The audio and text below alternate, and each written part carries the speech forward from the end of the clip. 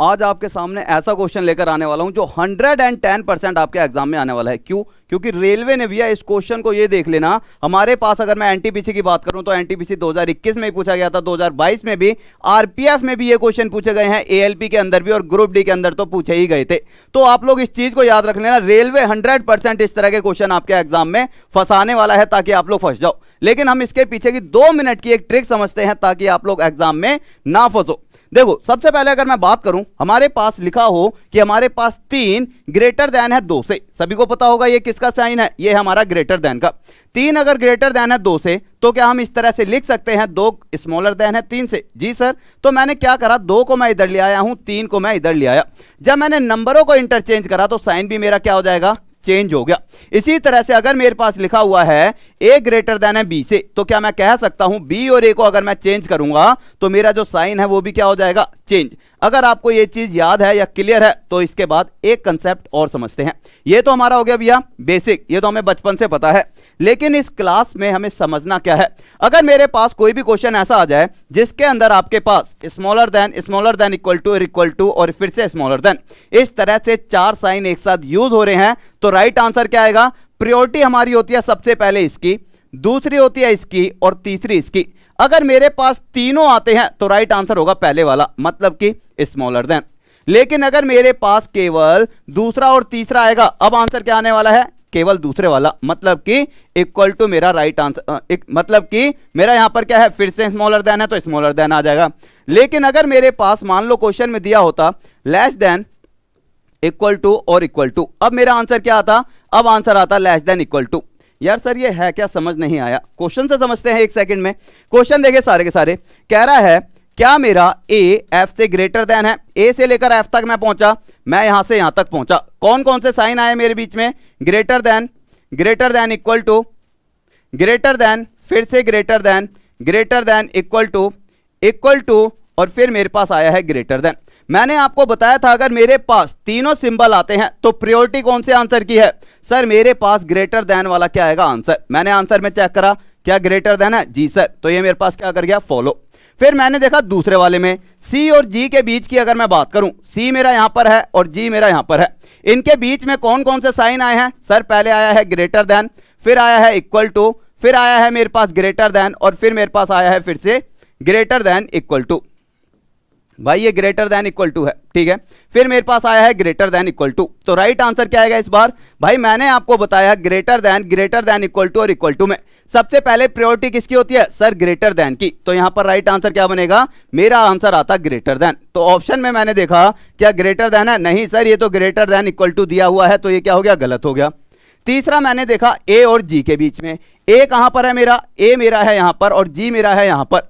अगर मैं इन दोनों के बीच में साइन देखता हूं तो ग्रेटर देन आया, इक्वल टू आया, मेरे पास यहां पर ग्रेटर देन आया और ग्रेटर देन इक्वल टू आया।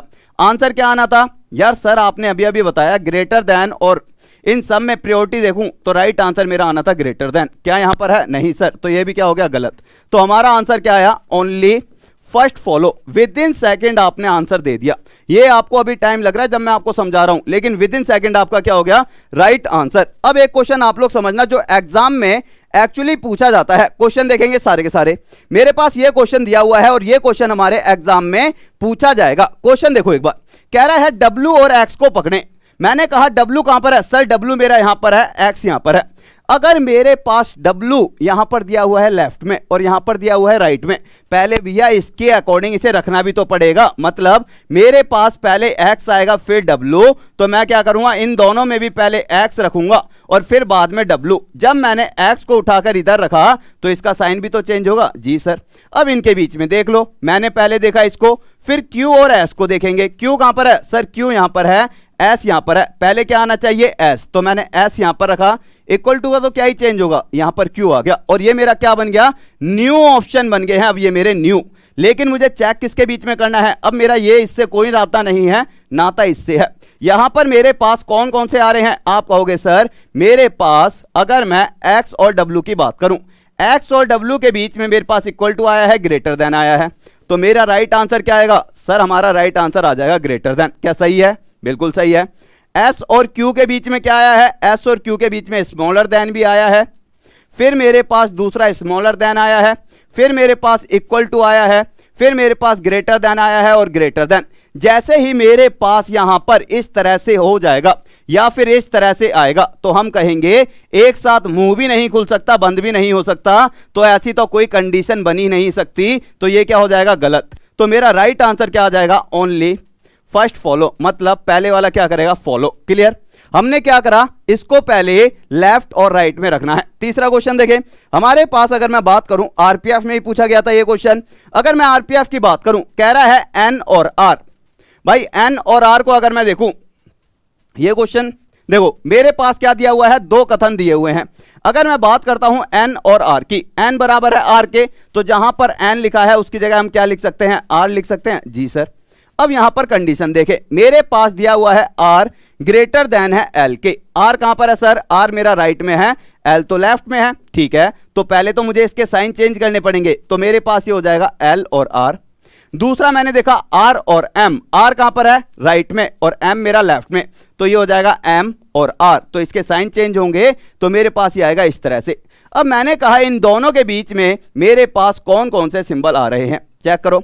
मैं जब सिंबल चेक करूंगा लेस देन आ रहा है, मतलब कि एल और आर के बीच में, एल और आर के बीच में कौन कौन सा आ रहा है, या तो ग्रेटर देन आ रहा है या इक्वल टू। आंसर क्या आना था सर, आंसर आता ग्रेटर देन, दिया हुआ क्या है लेस देन, तो ये क्या हो गया मेरा, गलत हो गया।